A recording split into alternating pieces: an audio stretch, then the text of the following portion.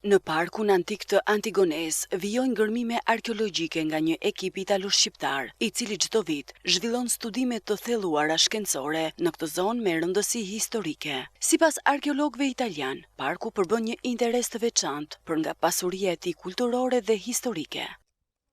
Da 2 settimane che Kemi 2 javë që kemi nisur gërmimet këtu në Antigone nga Universiteti i Maceratës që ka prej 4 vitesh që po e bën këtë. Këtë vit po vazhdojmë atë që lan vitin e kaluar. Kemi përfunduar disa gërmime dhe kemi hapur disa të tjerë, mbi të gjitha në zonën e Agoras. Kemi gjetur mure të reja dhe kemi vazhduar të gërmojmë në sektorin 8.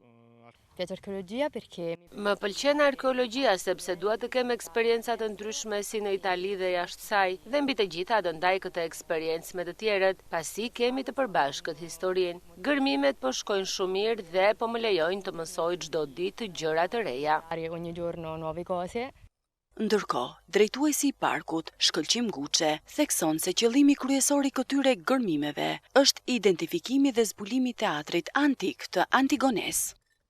është një element i domosdoshëm ky teatr, sepse siç dihet parqet arkeologjike apo qytetet antike kanë pjesët kryesore, Akropolin, Agoran, Nekropolin dhe teatrin, kështu që teatri i mungon Antigones.